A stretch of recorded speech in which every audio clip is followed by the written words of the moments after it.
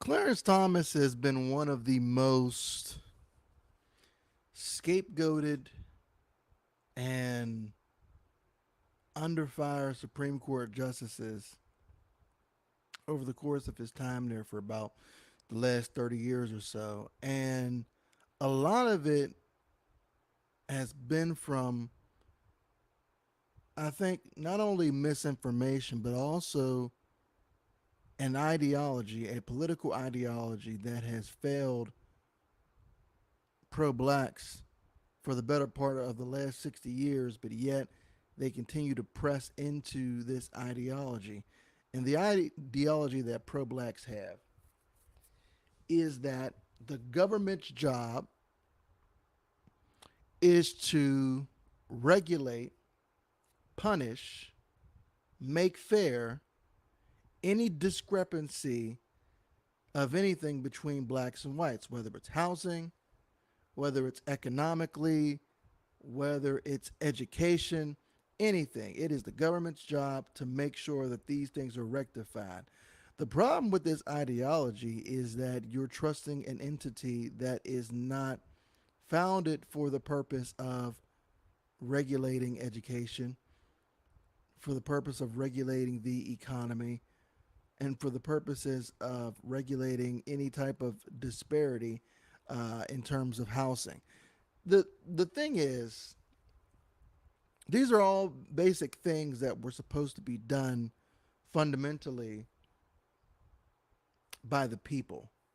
And what I mean by the people is I mean by the citizens, by the people who are actually citizens. Now, for years, black people, when this country was first started, they were a lot of them were not citizens. A lot of them were slaves, and so when they became citizens, after certain amendments had to be drawn up, that then gave them the ability to pursue these things for themselves. It doesn't say anywhere in the Constitution that the government's job is to make it so that when they pursue building their houses are just as big as the white people's.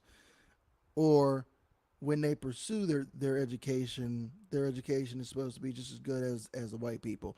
The reason why these became issues is because the government was involved in education, and the government basically, especially down south during the Jim Crow era, made it so that when they did regulate education, they didn't do it fairly. And so I would think that for pro blacks, that would be also a very good indication of why the government shouldn't be trusted to educate your children and why they shouldn't be trusted to do other things such as regulating housing and all those other things. But anyway, I digress. For the better part of the last 30 years, uh, Clarence Thomas has been called everything. They said he's trying to be white. They called him Uncle Toms and coons and bootlickers and all these other different things. And for me, with the latest Supreme Court decision, it kind of shows that a lot of people fail in terms of being politically aware of how the government works, of just what the limits of government should be and what the powers of government should be. So let me say this.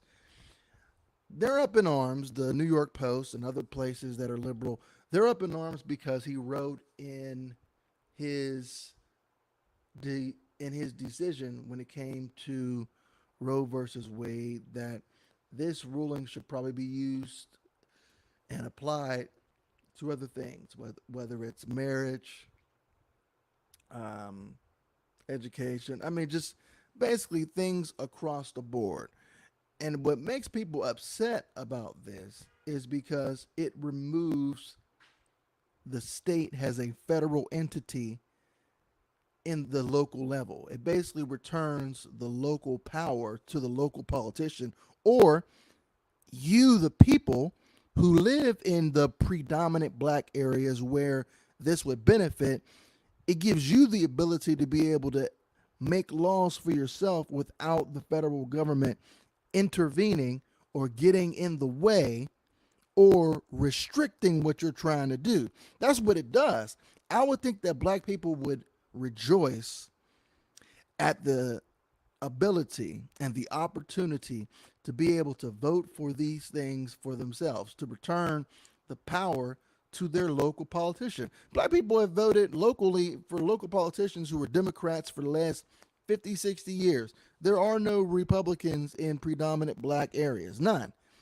This type of ruling, like Roe versus Wade, gives the states and the counties the legislative power that they have needed to be able to start to regulate certain things.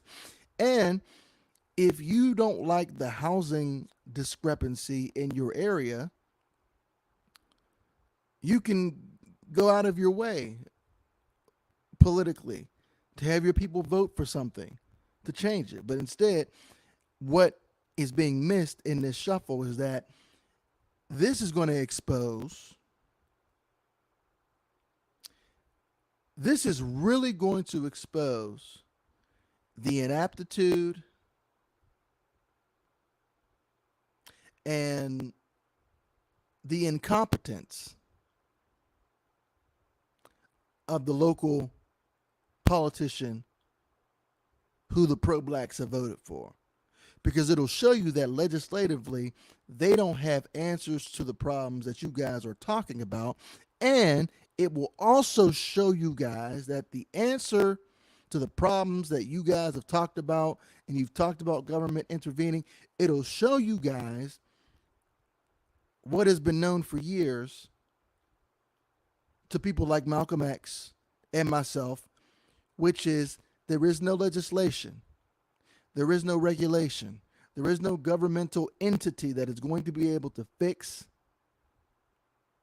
the problems within your own community like you, the citizen. Education is not going to be fixed by the government. It gets fixed by the parents. Bad housing doesn't get fixed by the government. It gets fixed by the decision of parents to save money, to come together, to move into better neighborhoods, to build their own houses, to put energy into being able to build their own home.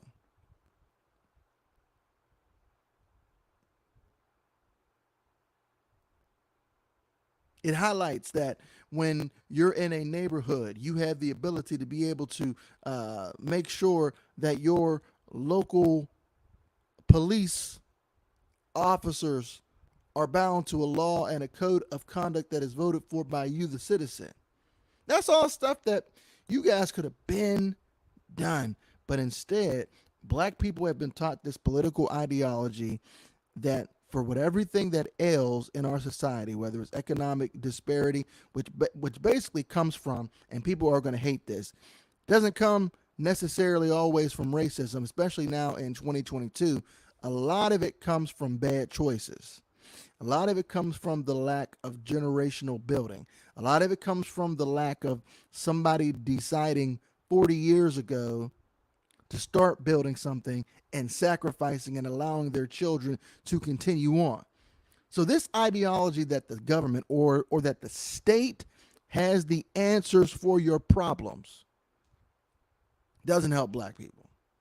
And this is why people hate Clarence Thomas, because the way that Clarence Thomas rules oftentimes in most cases is he's going to rule that the federal government should not be allowed to expand beyond its means in the Constitution, which is basically to be a, I want to use this word properly because I am talking about, racial relations. I'll say a controller or an overseer of human rights.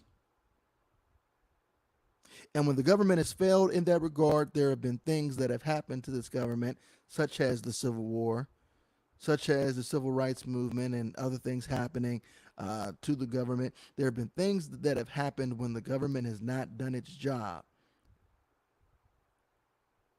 And the Constitution basically binds the United States to basically do that job. And when they get out of line, the way that the Supreme Court is supposed to be set up, it's supposed to be set up with justices who basically interpret that the Constitution, basically its job is to be a document that regulates the allowance of human rights for all of the citizens underneath this Constitution. The right to privacy, the right to no unlawful search and seizure, the right uh, to own a weapon, the right to freedom of speech. These are just basic fundamental rights that are given by the Constitution. But the reason why they hate Clarence Thomas is because Clarence Thomas always sides with the fact that the federal government should not expand beyond its original bounds. And it returns it, and here it is, it returns the responsibilities for the ineptitude and the inequalities and the irregularities in economics. It returns that responsibility back to you, the citizen. And it highlights the fact that the citizen who has not been doing what has been necessary in order to economically get ahead, he is at fault for what's going on. And this is why I think black people have been taught, or pro-blacks have been taught, to hate Clarence Thomas. They say certain things, such as, and this is going to make people mad. I'm going to go there. They say certain things, such as, well, Clarence Thomas ain't really black. He doesn't want to be black. That's why he got a white wife. He ain't really one of us. All the while they'll champion the selection of Ketanji Brown Jackson,